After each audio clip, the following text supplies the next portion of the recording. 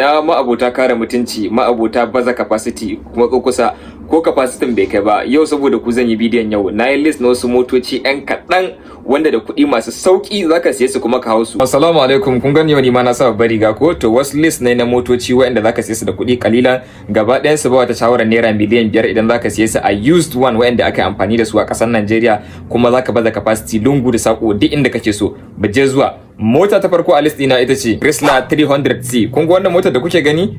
Taken ma da ake mata a wasu yankunan na Najeriya kun san me ake ce mata Pullman Bentley. Wannan mota idan ka siya ta baka da matsala zaka baza capacity ko ina kai kanka tunani zaka Rolls Royce ma kake ja.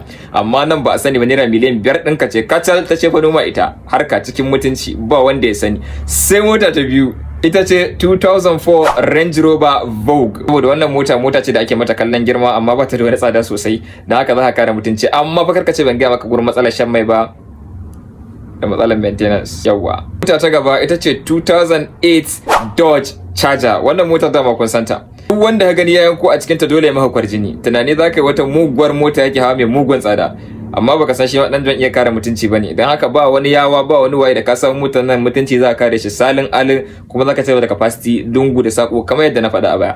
Sai mota ta gaba ita ce wannan Lincoln Navigator. Ita ma wannan motar baka da kai da ganin girman ta ma ka sani dole a kare mutunci a nan. Da ka nemo motar nan kawai banzare za ka nemo ka dan ajiye shi a gefe ta zara ido shikenan harka cikin mutunci za ka ci gaba da baza ta ko ina da ko ina ka shiga sai daga ana son barka ana alhaji barka da zuwa ba ƙarya. Sai mota ta gaba ita ce 2006 Nissan Amanda. Kun ga wannan motar ina irin ka to junction din nan da dan sanda ya zanka ka san me zai fara ce maka? Zai ce maka daga ina kake ba sai dai ka da ana da Allah ta ya zan san ka waye kai abinda zai fara tambaye ka kenan kuma ba a san wata miliyan 4 ce zuwa miliyan 5 ba ta jawo maka wannan mutuncin. Sai mota ta gaba ita ce wannan Toyota Square.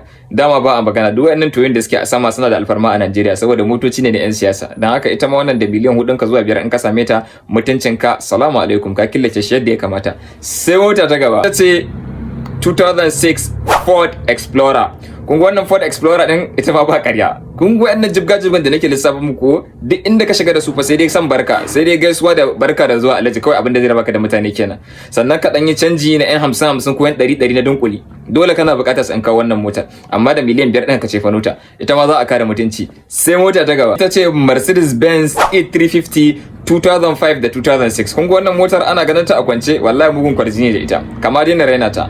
Ita ma yanzu idan ka samu wannan kadan ce fanuta aka wanke ta ji kafafuwa mallan aka hada mata AC ta ji tint to kawai shikenan magana ta kare an ta kare mutunci kenan har zuwa sanda za a soya ta. Sai mota ta gaba wannan motar ba kowa ne ya santa ba amma na rantsa da Allah tana da kwarjini kuma tana ma da kyau ido ni tana mugun burgin. Ita ce Kia Amanti 2006 Kia Amanti. Wannan mota ce mai daɗi ga ta da kyau ba laifi. Kuma mota ta gaba wannan motar da zan faɗo kafin IGLE ta cika Najeriya. Wannan mota tana ɗaya daga cikin motocin da tafi kowace kwarjini da kare mutunci. Ta daɗe tana firgita mutane ana ta wata mota ce ta miliyan 100 ba wata mota ba ce illa Infiniti FX35 2007. Kun san wannan motar ai ba sai na muku dogon bayani akan ta ba kuma har yau har gobe Allah cikin ikonsa tana kare mutunci ba ƙarya. Ita ma da naira miliyan 4 ko 5 zaka iya tsanto ta kuma ka cigaba da kare mutunci. Idan kana da aboki wanda yake son capacity da kare mutunci kuma ya tara in kuɗaɗen sa kai masa sharing wannan bidiyon dan ya kalla kuma kamanta kai following ina ko kuma kai saving idan ka tashi bada capacity ka do 'yan miliyoyin ka zo ka duba dan ka zaɓi wanda ka siya. Wassalamu alaikum.